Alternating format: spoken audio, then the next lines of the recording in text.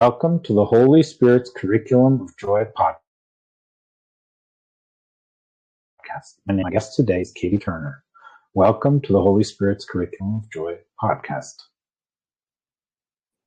Thank you for having me. Such a pleasure to have you here. And I'd like to start with a question that I like to ask first-timers.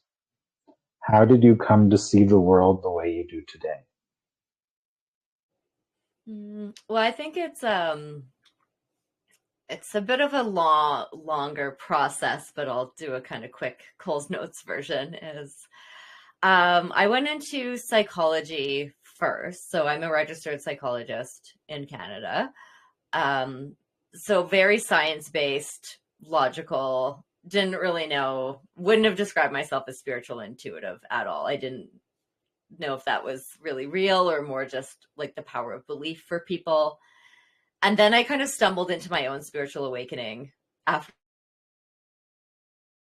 I was already in it. Then that started to change everything of like how I experienced reality, and just knowing that there is something more.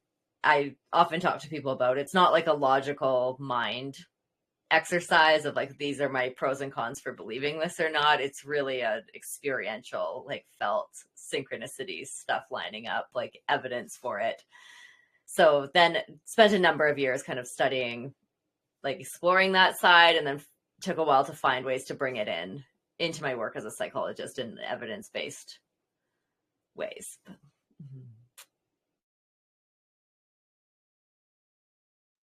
That really was a clip version. You're welcome to expand on it. We have time. Yeah, for sure. I mean, I think there's so many different directions I could go with it, because I've been doing this work for a decade now, 8 decades of kind of going on that journey. But things like just kind of knowing there's more out there. I use a lot of intuition in my practice now. I do a lot of more depth work with people. So it might be like inner child, ancestral, get messages or confirmation of more like helping people connect with their intuition or almost more psychic gifts. And when I was kind of having those were opening for myself, it was kind of hard to know who to talk to about that, because I also had the Western like mental health DSM diagnostic training too. And there's not that many places where like Western medicine and psychology can put a lot of, can really classify extended states of consciousness. There's like little bits in the back of the DSM of like spiritual concerns otherwise. And a lot of it can almost get flagged as like a mental health concern sometimes too. Because if you're seeing things that aren't there, like hearing voices, getting messages other people don't see or feel, sometimes it can flag mental health concerns. And now I have a lot of experience in both worlds. It's like sometimes it might be a reflection of a mental health crisis. It's not always like just a straight up like, oh, this is just a spiritual awakening. Like if it's really destabilizing for people, it may not be safe to keep opening that up. And it might actually be a reflection of an actual mental health concern. And I think there can be some overlap with intuition or spirituality and mental health at sometimes. And then also there's a lot of, I now know there's a lot of people who are like professional kind of everyday people who actually do have a significant kind of spiritual experience, connection with something else, like things they can't explain. But it's something that's very common, but many people do not talk about publicly, or are very kind of discerning about who they'll talk to about it, because of that fear of being like thought to be like discredited, not real, or like fear of people thinking they're like quote unquote, I don't like that word, but it's just interesting how common it actually is, but not many people talk about it. And I recently released a book about spiritual awakenings, just in my experience kind of as a psychologist who blends both worlds, because it is an area that I just found in my practice and in my own journey, it was hard to navigate, like to know who to talk to about it. So I did explore working with different like teachers, coaches, healers, and then more with like where's places in psychology that bring this in already, or ways to work with it in psychology. But it's just, I often talk about if you like Google spiritual awakening or intuition, you just get such a wild west of answers on the internet that it's hard to really know like who to trust, what to look out for, what to be aware of in your own process of like what's helpful, what might not be helpful for you, what might be harmful or even like predatory in those spaces.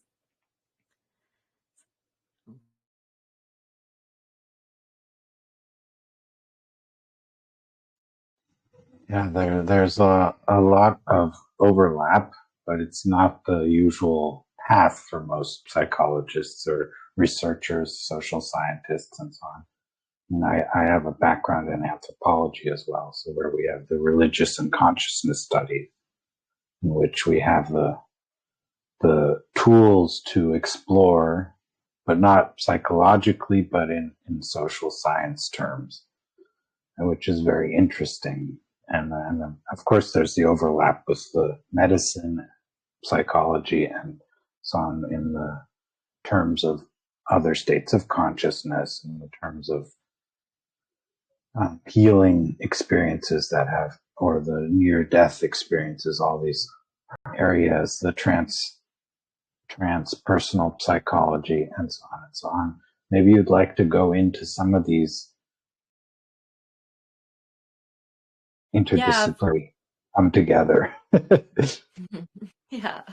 Yeah. Transpersonal is one of the areas I sought out like more specialized training in after I was already in the field because it does address a lot more of the spiritual components of things. And my kind of early career, like graduate school, early career experience in psychology is there's a lot of focus on like just the conscious rational mind. So like, what are your thoughts? Like change those thoughts and then you should feel differently. A lot of focus on kind of treating the individual as just like you are a separate individual person. Whatever you're feeling is like only your stuff to work with. And part of my awakening journey was also realizing that I'm a highly sensitive person. And in the beginning, my dominant intuitive ability was more of being an empath. So I would actually feel a lot more in my own body of like emotions, sensations. Highly sensitive person is like a well-researched term. It's really well validated. There's been a lot of studies around it. It's not a diagnostic, but Dr. Elaine Aron has a self-test on her website. People can just like take that test and see like, does this fit for them or not? When we get into empath, it's not really well research validated. So I'd say kind of take it with a grain of salt. Dr. Judith Orloff is a psychiatrist out of the US who has some good books, good resources. She has a self-test. But again, it doesn't have the same research behind it. But for me, like realizing that was a major shift. And I also work a lot with clients who are highly sensitive people or empathic as well, because if Western psychology can only kind of take us so far, because it's almost like we're born as these little energetic sponges that are just absorbing so much from such a young age of like processing this sensory information and intuitive information in our own emotions in our own bodies. So it's not enough to just like learn to set boundaries because we can still like we might still energetically feel other people's stuff even if we're like saying the boundaries and not actually like maybe not going over there to help. We might still feel everything and not have that energetic separation. So that's kind of one of the areas that I found like traditional psychology didn't really touch. And others too is like if people are having more like intuitive awakenings, mediumship abilities, like other gifts, some of it is actually how do you actually manage some of this and work with it. There's some really interesting research where a lot of the developing world actually has a much better treatment and recovery rate for more psychosis-based illness because they often do take more of a traditional approach to help people like integrate that awakening or those gifts.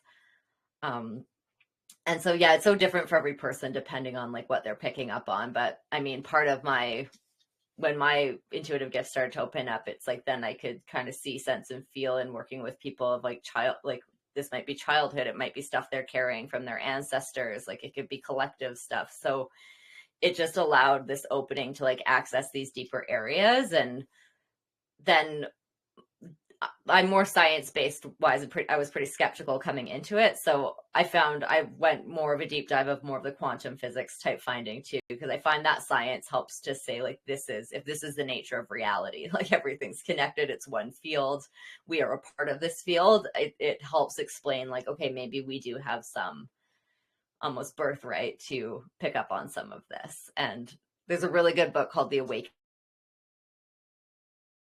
brain. That talk's actually being designed to communicate with this larger field of consciousness, like universe, God, whatever you want to call it, and like receive information from this field.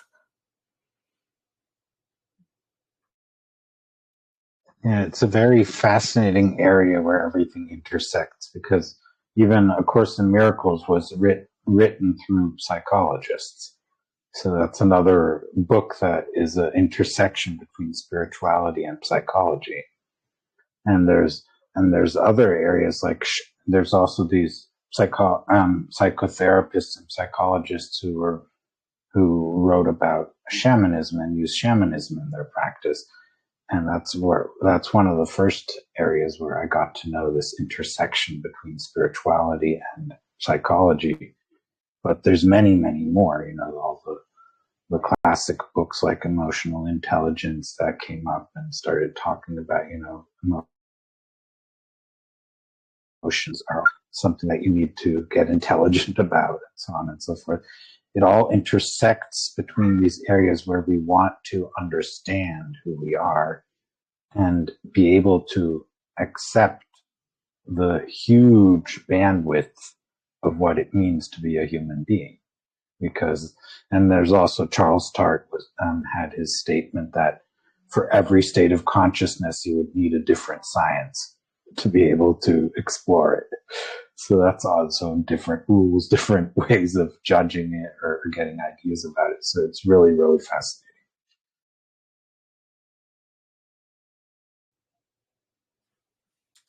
Yeah, I think more and more people are open to kind of exploring both. I think there's a time and place for both as well, because I've seen, like, if anyone, it goes way too far one way or the other. Even if we are spiritual beings, like, we're still having a human experience. So I think there is that importance of understanding, like, there's still like physical health issues. We got to work with the body, we got to work with the mind. Like, it's not all about some like well-meaning. I think it's on the mental health side of things. It's like, it's not always that simple to just, like, you can't always just change your thoughts just by like focusing on something alone. Like, that can be part of an overall treatment plan, but sometimes people may need, if there's mental health issues, a history of trauma, other pieces that are unprocessed, like, sometimes medication can help as an overall treatment plan, or like, just the path for every person is so unique. There's no one way for everyone.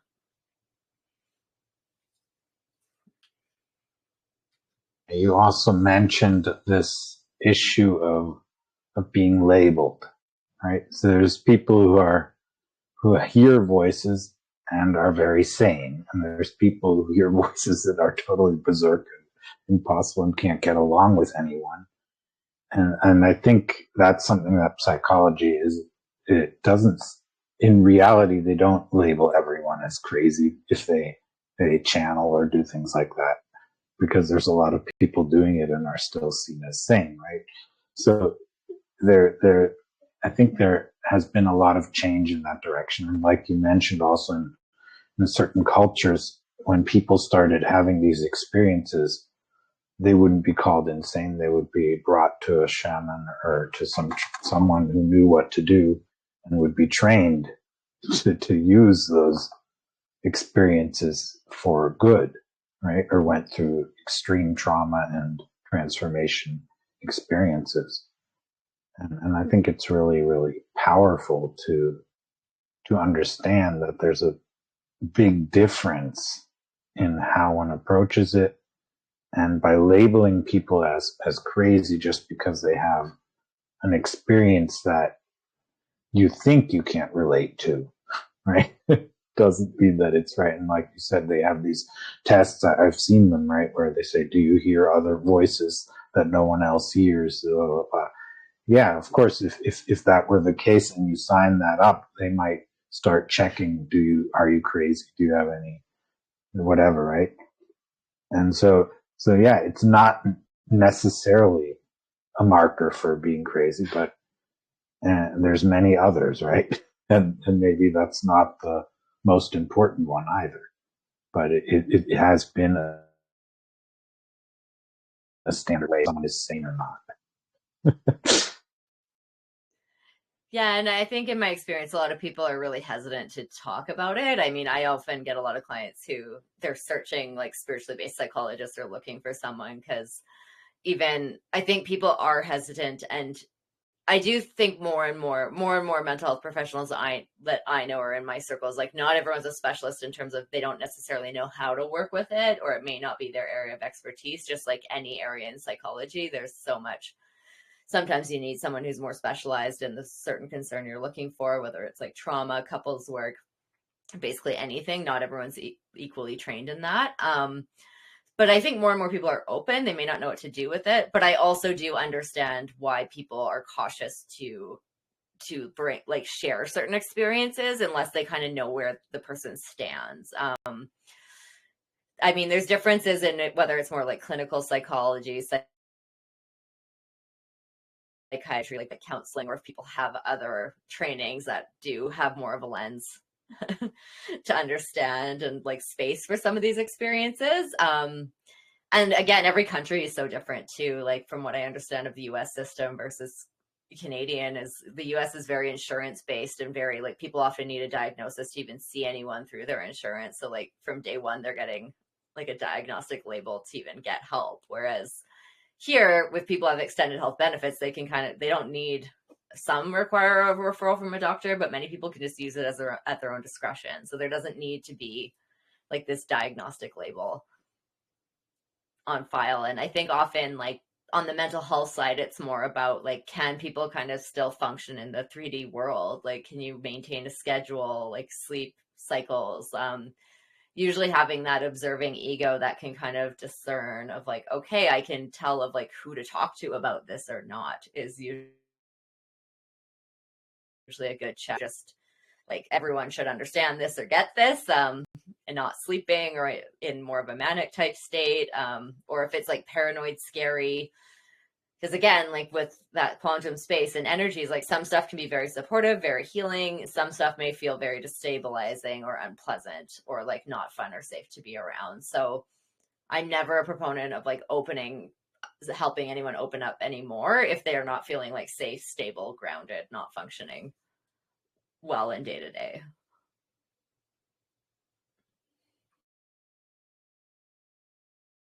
Yeah, that's an important thing to think about is how will it support the lifestyle that you've chosen and the way that and the you have to be able to support yourself or be part of a community or whatever is necessary. Is it supportive of that or not? Right. I think that's one of the. Then the other thing is, in A Course in Miracles, it speaks of the the voice of the ego and the voice of the Holy Spirit. And the Holy Spirit is a very gentle and quiet and a voice that you actually don't hear right away. And the ego speaks up right away and is very loud and so on, and leads to, and is always, it's made up. It was made up by us to confirm separation. So it's always pushing you to feel separate, to feel unhappy, to feel unfulfilled, or only to think you'll be happy if you go around the next corner or get what your neighbor has or whatever else. It's always wanting something that it thinks it doesn't have. While the Holy Spirit is always affirming your wholeness and loving points of view, and that's very quiet and gentle and never forces anything. Other thing is when you go through these things, what are you getting? Right? Is it helping you to feel at one and at peace, or is it getting you to get more nervous and more scared and even less happy? Right? So these are also things that I think are very important to consider, and I think that's part of the work that you're doing.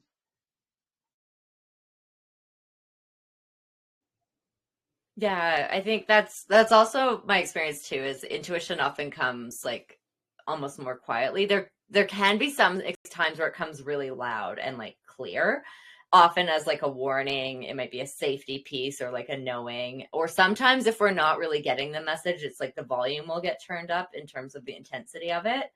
But oftentimes if we actually want to develop a relationship with that part of ourselves or that connection, then it is something where we have to learn to listen to like the subtleties, the more quiet, like because I don't want it getting super loud or like kind of a cosmic 2x4 in the real world. But I mean, and I think a lot of people, before I went through my own spiritual awakening, I also like realized intuition was real by by not believing it, like not listening to it in my own personal life. There was somebody like that I didn't have a logical reason not to trust, but I just like, I felt like I was being paranoid and I was the like, I was like, something's wrong with me. Like, why am I thinking this about this person? But I just kept having all these feelings and knowings and not trusting. And like, even my friends were like, oh, like, are you okay? Like, I don't like, we're worried about you kind of. And then it came out like, beyond what I even thought was going on was like this person was super shady, like so much stuff hiding and things. So it's like there was some part of my nervous system that was picking up on that, even when my logical mind had no reason that I could like clearly put together.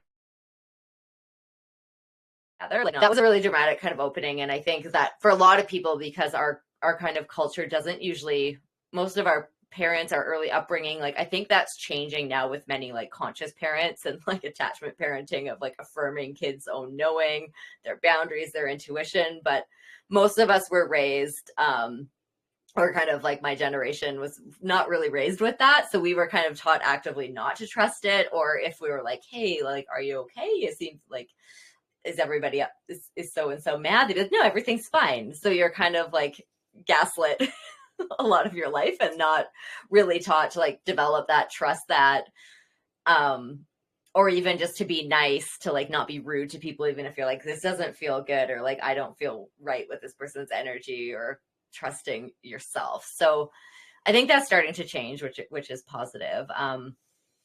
And I do think we all have that access to that like quiet voice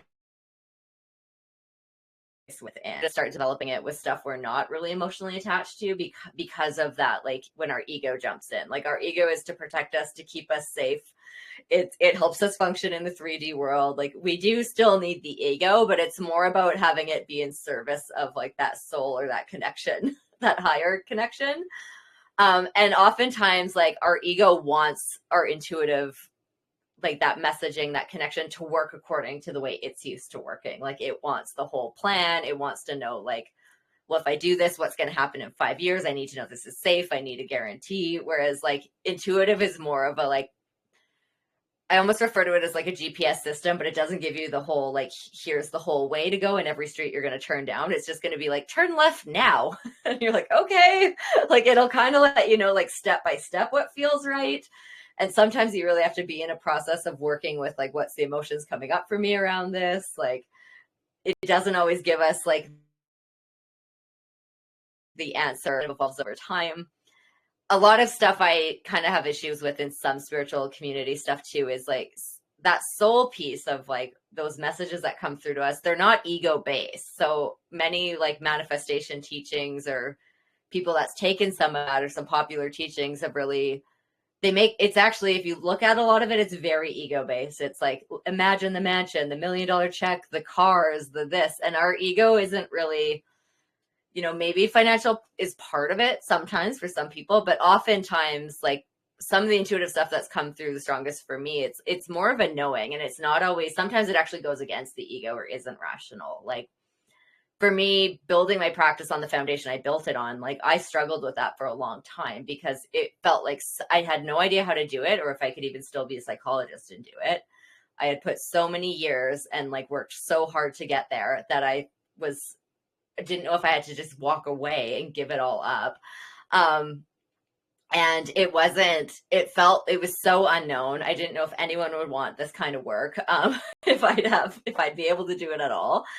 And ego wise, it would have been way easier and safer to just do what everybody else, like all my colleagues were doing, of like train in something known, stick to that, and like be safe, start earning, like get out of debt.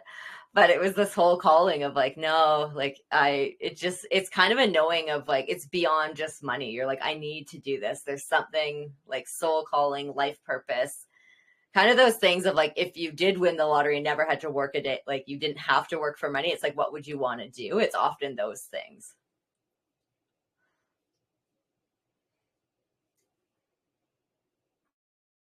Yeah, have you come across the miracle question in your practice? Like the solution focused miracle question?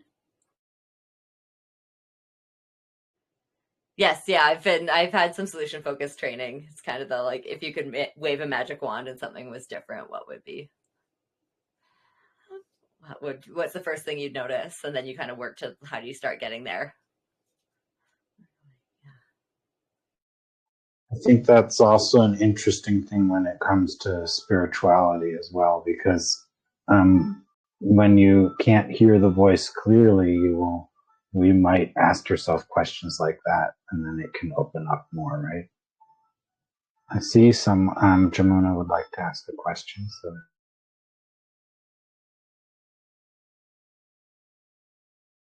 head Jamuna. All right. Hi, aloha. Aloha. Okay. Hi, aloha. So my question is this. Whoops, sorry, the noise in the background. The kind stop. Okay. I hear a lot, and it could just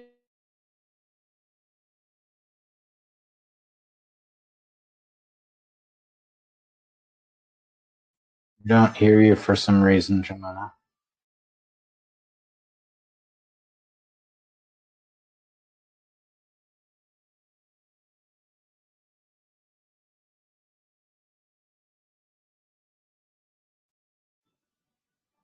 Okay.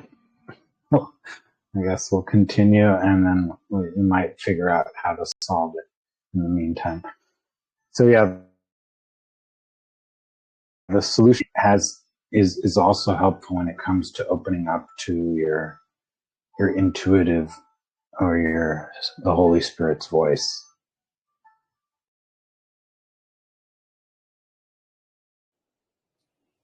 Yeah, I think it's that like quiet connection. The more we can develop that sense, it's almost like our own personal compass, where a lot of times we're so taught to go to the outside world and to rely on our logic to plan things. We do this to kids at such a young age of like, what do you want to be when you grow up? When we're like 5 years old and like in high school, like, well, what are you going to do when you graduate? And like, we're really taught to like what life we want and how we're going to get there, and then like break it down, take the steps over time. And there's definitely a time and place for that. But I do think the more you connect with that, whether it's like Holy Spirit, that intuitive connection, higher self, like whatever people's belief systems are, there can be so many different names for it. But I think it's more of this almost, it's like soul knowing versus ego knowing, or intuitive knowing versus ego knowing. There's a lot of unlearning to start trusting more of that intuitive piece. And I usually wouldn't recommend people make major life decisions like with huge implications until they have a stronger connection with that. Like test it, play with it, but like make sure logic is there supporting it too, because it takes time to learn to get almost fluent in that intuitive language and to really know like what's my own past stuff coming up that's kind of causing static on the line to receive this.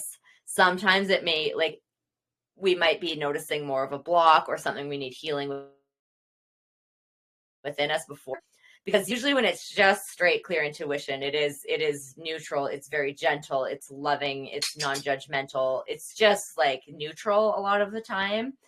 But the stuff we want intuitive information that we want a clear answer on is usually very emotionally charged for most of us. Like it's the big decisions, the easy stuff we don't really need, like the life-changing things, the like, should I stay in this relationship or go? Do I leave my job? What do I do with like what's happening with my health? Like they have so much emotional intensity that it's like that's the stuff that's hardest to get intuitive information with. So we need that practice ongoing ahead of time, and then it can be there and it can really support us. And there is also this piece of our ego mind wants to protect us and keep us safe, which is like, it's not a bad thing, but intuitive will often, when we have that clear piece, we can kind of know.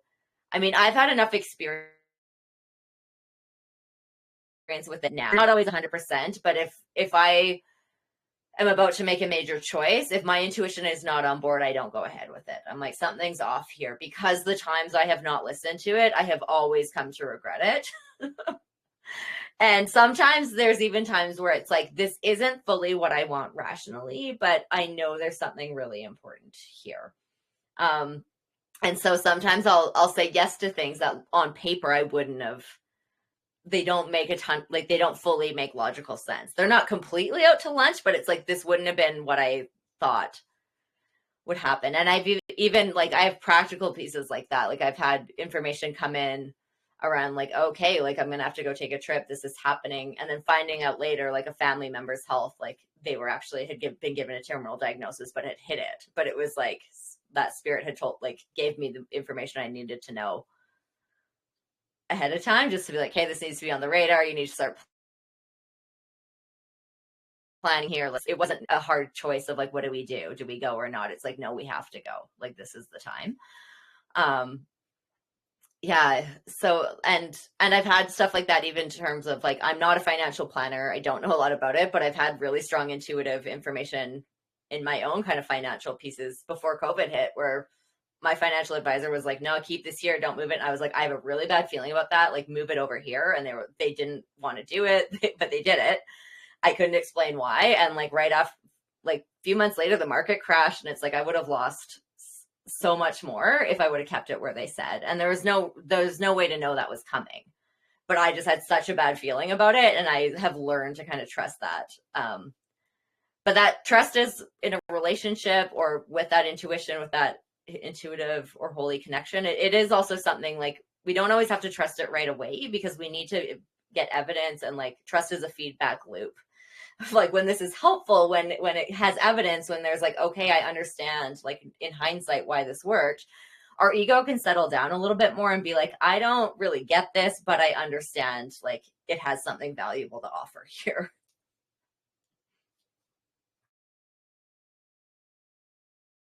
Well, go ahead, Jamuna. Aloha. Let's try this again. Can you hear me? All right, awesome. Sorry, sis. Sis, I'm really grateful that you're bringing this stuff up. I'm an empath and very sensitive person too. I get labeled I'm too intense or this, that, and the other thing.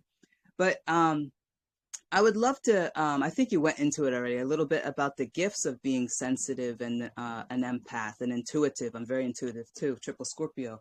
But yeah, if you can go into more of the gifts of it, like what have you like maybe seen angels or whatever you want to go into, because yeah, trust is a big thing.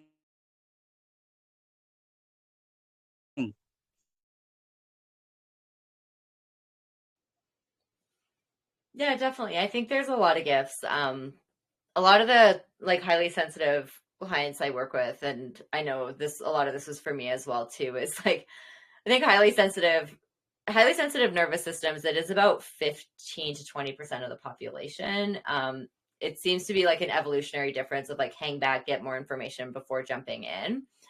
And there's definitely gifts with it. Like, I think there's pieces of like, all nervous systems are unique, and there's like the diversity is important. It's not about better or worse, but sometimes it's almost like a spider plant and an orchid. It's like one's not better than the other, but they need different conditions to thrive, and they do different things. Like, so highly sensitive can have like these intense gifts. They can pick up on a lot of stuff. They're often very aware of other people, pick up on subtleties. Personally, now I feel like I wouldn't trade being empathic for anything. I've also learned to work with it. I do think for most people in many of our cultures, family of origin, because we're not taught to work with it on a cultural level, I usually think I'm like, if we could choose an intuitive ability, I wouldn't recommend choosing this one, but we don't get to choose. So it often feels like, I would often validate for people that it often does feel like more of a challenge than a blessing for many people, although not everyone, because we do have to learn more to work with almost energy hygiene of how do we protect ourselves, how do we like be checking in with ourselves, that we're like clearing energy that isn't ours, not picking up as much. We need more energetic hygiene practices to keep ourselves clear. I think we are more more kind of in tune with the collective, but I don't think we're here to necessarily like transmute, like take on all the suffering for everyone else. So I find for myself and many of my clients, I find doing more like depth work healing or working with some belief system stuff can help, so that we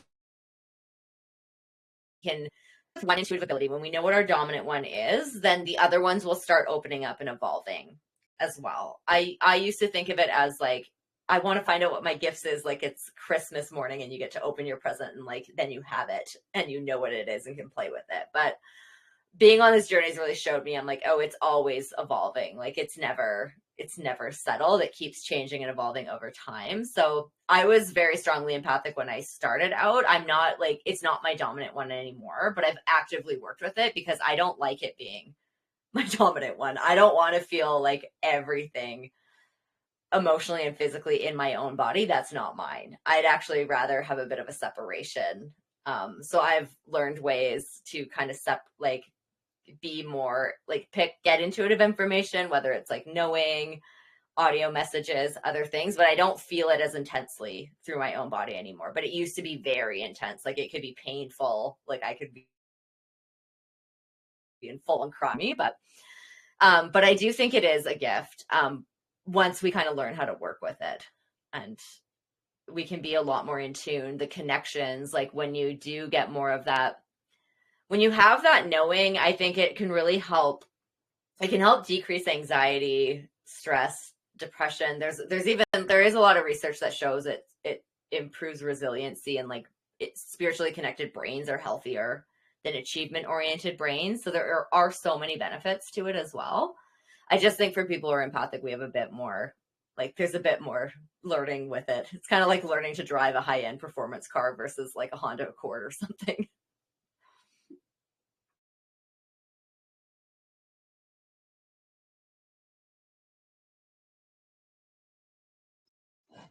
Yeah, it's a very important thing to recognize that it is a gift as well, and that we all have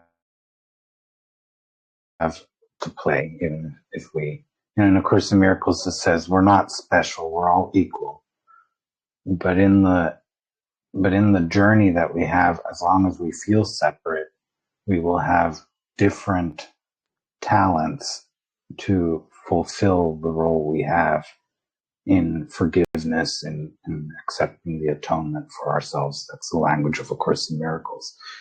So it's very important to recognize that you're not better than anyone else or less than someone else because you have something, but it's part of what you are here to do.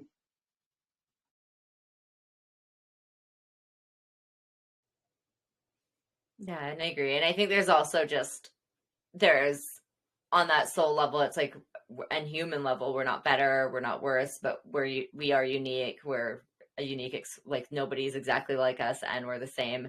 And then there's also the level of almost the collective,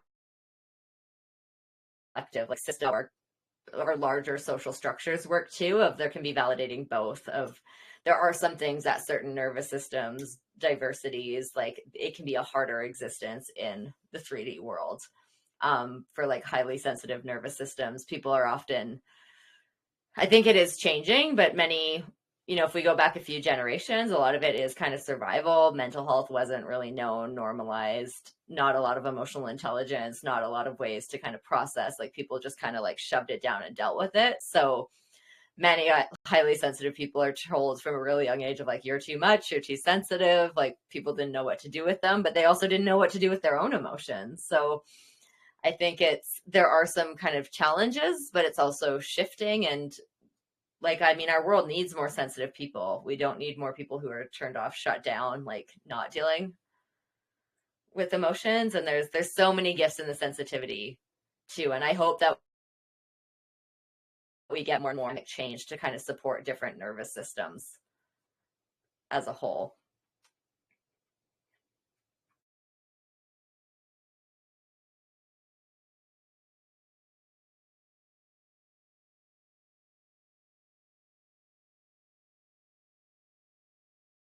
Yeah, I think it's a fascinating topic, of how we, and you're also using terms that are very interesting, nervous system and things like that, because you could use other terms as well. But anyways, to be open-minded, to be willing to engage with your life is a very important talent or ability that we need to be successful in our lives. And so I think that's one of the things you're speaking of in terms of the being so intuitive,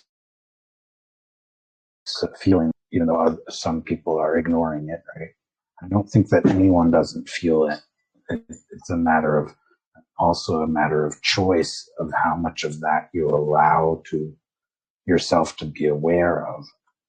And one of the things, of Course in Miracles speaks of as well is allowing the Holy Spirit to remove the blocks to the awareness of love's presence. Now that's an interesting statement in itself. What do you think of that? Yeah, I would say in my work of kind of, because oftentimes helping people connect with that intuitive piece for themselves is also many of the blocks that can come up around that is it might be healing other experiences of disconnection or trauma or earlier, like where our ego or at different times we may have needed to protect ourselves in different ways. Again, not right or wrong. It's usually adaptive of like our brains and bodies did what they needed to do at the time. So sometimes there's piece of like, it might be trauma healing, working with limited beliefs, inner child healing, other pieces, because sometimes when that isolation is separate, it's like if we were young children and we kind of were on our own, like it was adaptive to not to be too open, to not feel too much, to depend on yourself. And even as adults, when we're opening to like a higher power, it can bring up stuff around like authority, things like divine mother, divine father can reflect our human parents. It can bring up where we might need healing there. And oftentimes as we kind of shift or bring people through more healing experiences, it's like then that connection can come through more naturally.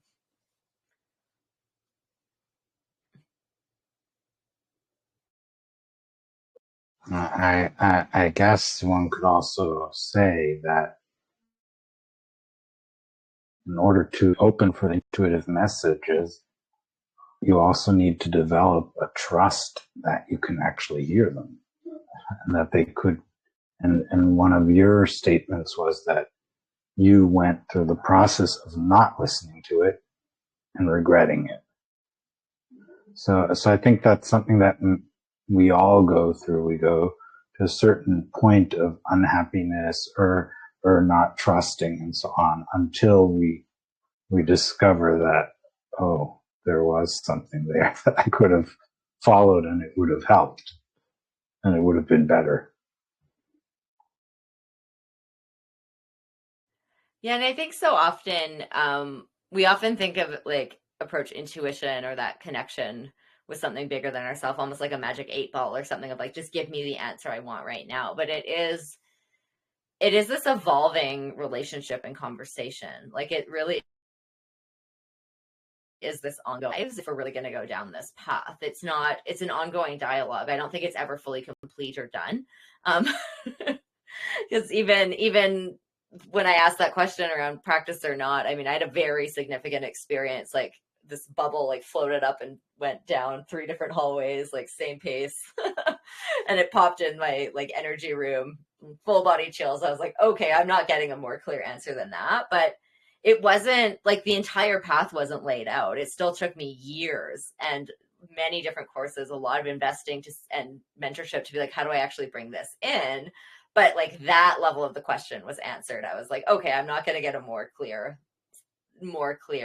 message than this. And then even in the last few years, I've again been getting intuitive callings of doing something like that more people can access that isn't just one-on-one therapy. Like, I don't know what that looks like yet, because it's still like intuitive information doesn't give us like the full picture. Like, I have no idea what it's going to be. But I'm like, my goal was just to build my practice and like live out my life doing that. I didn't want to do more, but it was like this urging that, and I've learned to listen over time. Like, I know our life force energy starts to get cut off. We don't feel as alive. We don't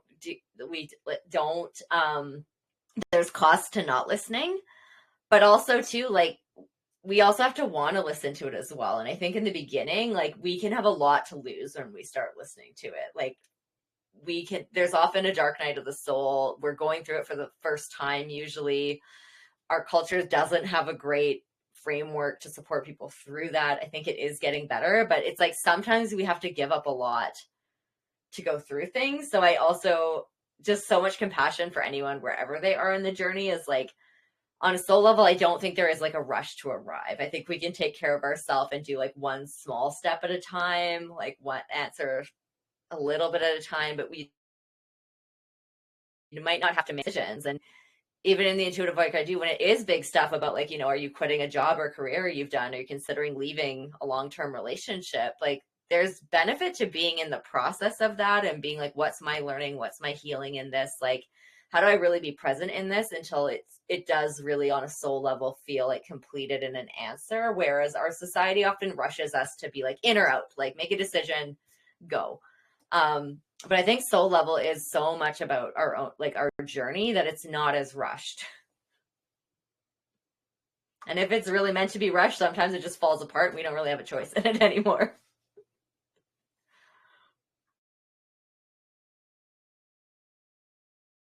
Yeah, one of the things in education is also to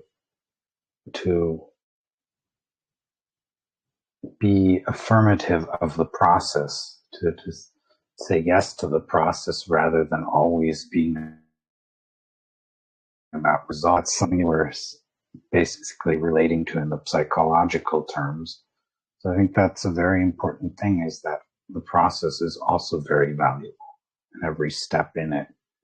And that's hard to accept when you want results right away.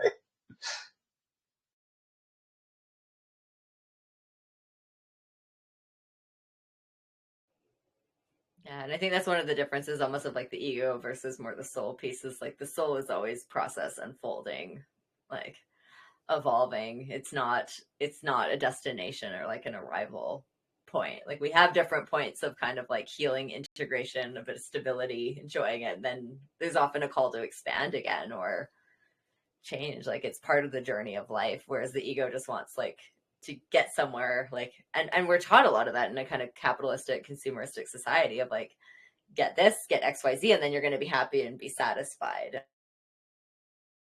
And the world does there's research that shows it does play a role in happiness, especially when people don't have enough to provide for their basic needs. Like, but if you have enough for your basic needs, then it gets a lot more complicated. Like there's so many things that like achievement won't give people. It's a constant chase or a treadmill, where it is more about the shift to kind of the inner qualities in the inner world and deeper sense of meaning, purpose, connection. Like those are things we can't buy with money or titles or achievements.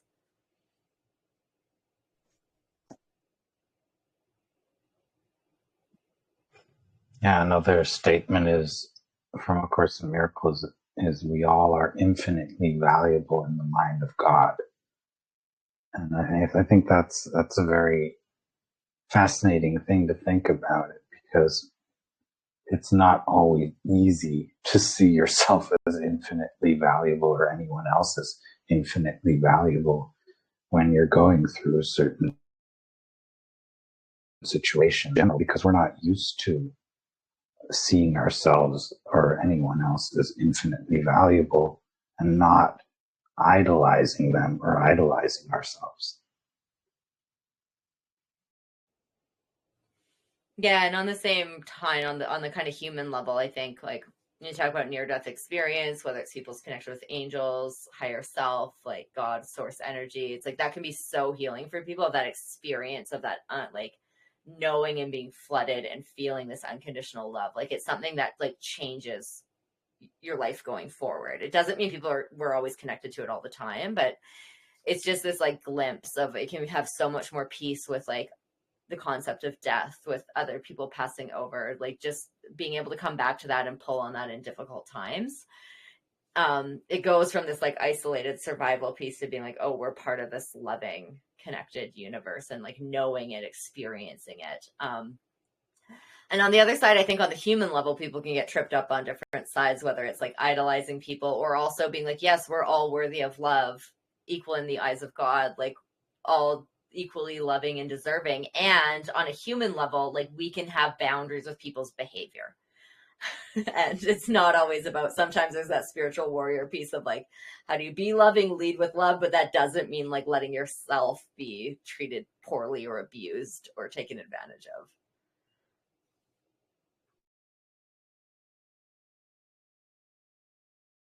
Yeah, that's very important to be able to recognize who you are without needing to idolize or to get validated in certain ways that are very short-lived.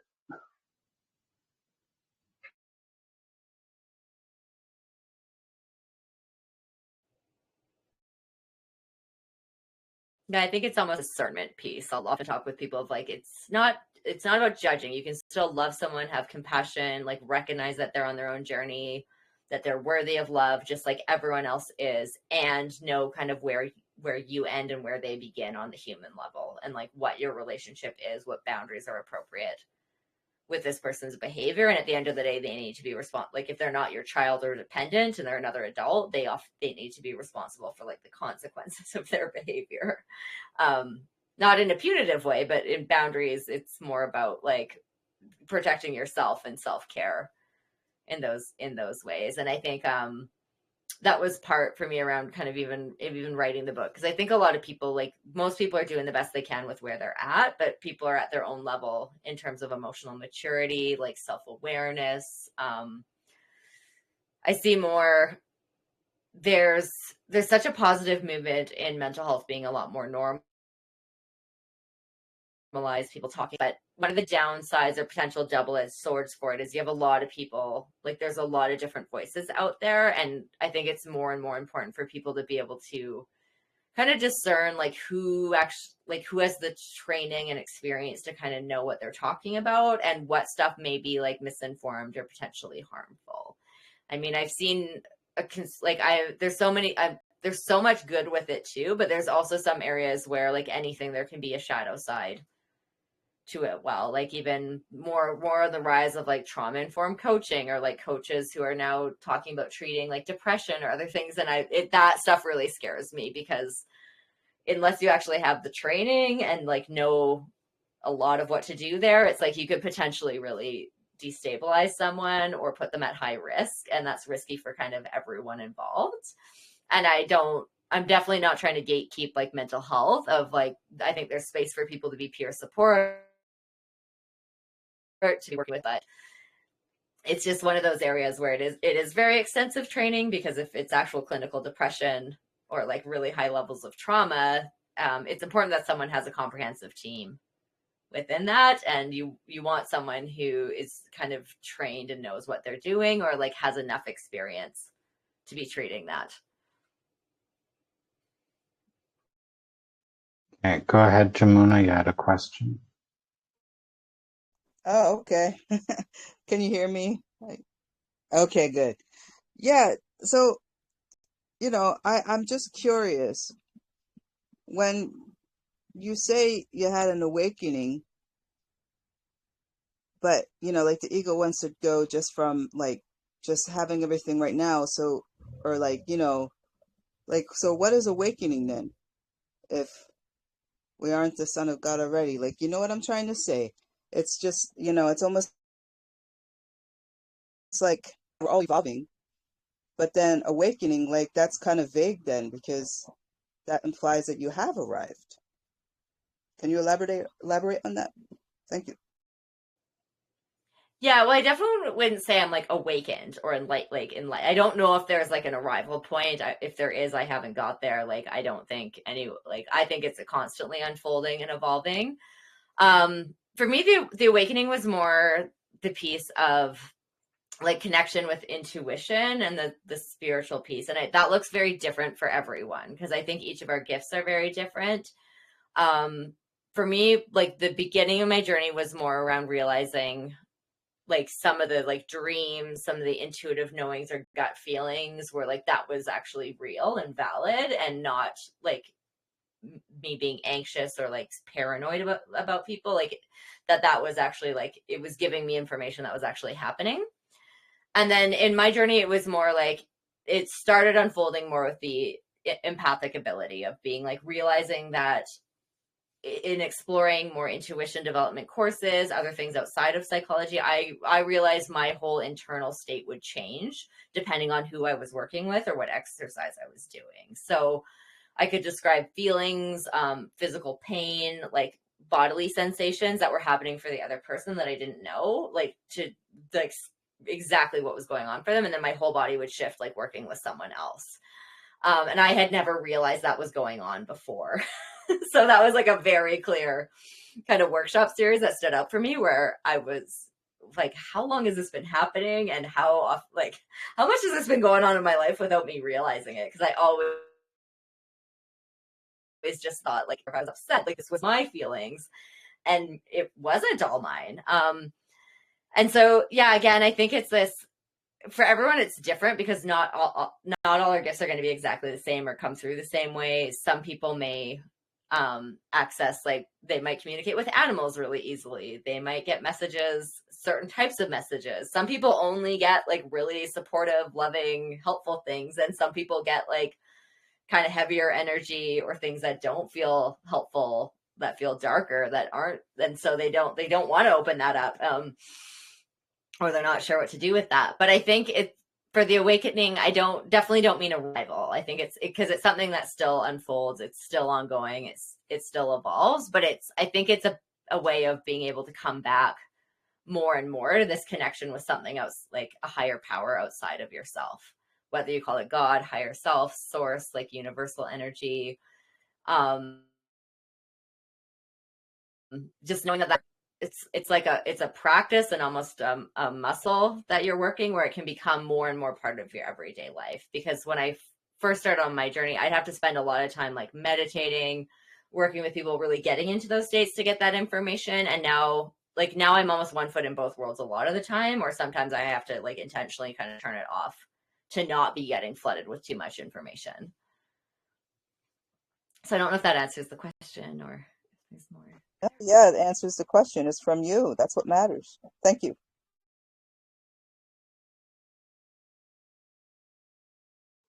It's getting time to wrap things up. So, is there any question you would like to answer that I didn't ask you?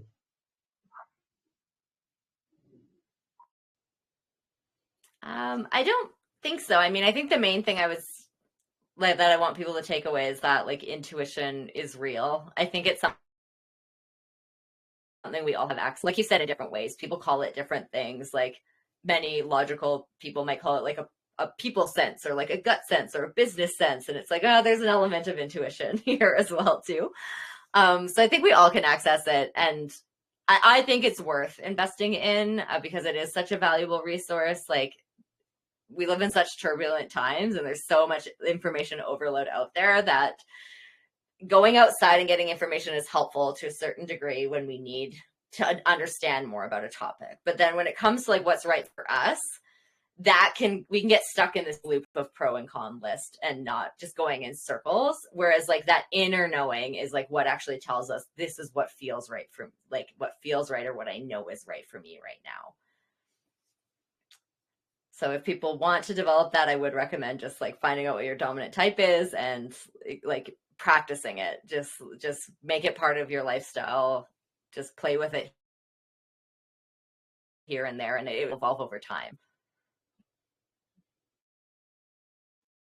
Thank you. So, if people want to connect with you or your work, how can they do that? Yeah, my website is katieturnerpsychology.com. And I do have like a free quiz on like what your intuitive type is. It's not research validated. It's more just for fun and for your own personal reflection. And then it also comes out with a free series of like questions to deepen your own intuition there too. So, and then I'm in the, like I said, I'm in an unknown kind of liminal space intuitively myself of like what's next. But I am working on building that community and really wanting to do more courses and things that are more of a pay where you position yourself type model, because I want more people to have access from wherever their situation is. So I invite people to kind of co-create, like vote on what they want to see, give me feedback on like my areas of expertise, and creating based on that. Sounds great. So thank you so much for joining us here on the Holy Spirit's Curriculum of Joy podcast, for sharing your insights and your thoughts and your journey. And thank you everyone for joining us. Thank you, Jamuna, for your questions and comments. And thank you all for being here. Please subscribe to the podcast and leave reviews and let people know about it. And if any of you know someone or yourself want to be on the podcast, reach out to me so that we can set up a time and a way to do that. Thank you so much, and till next time.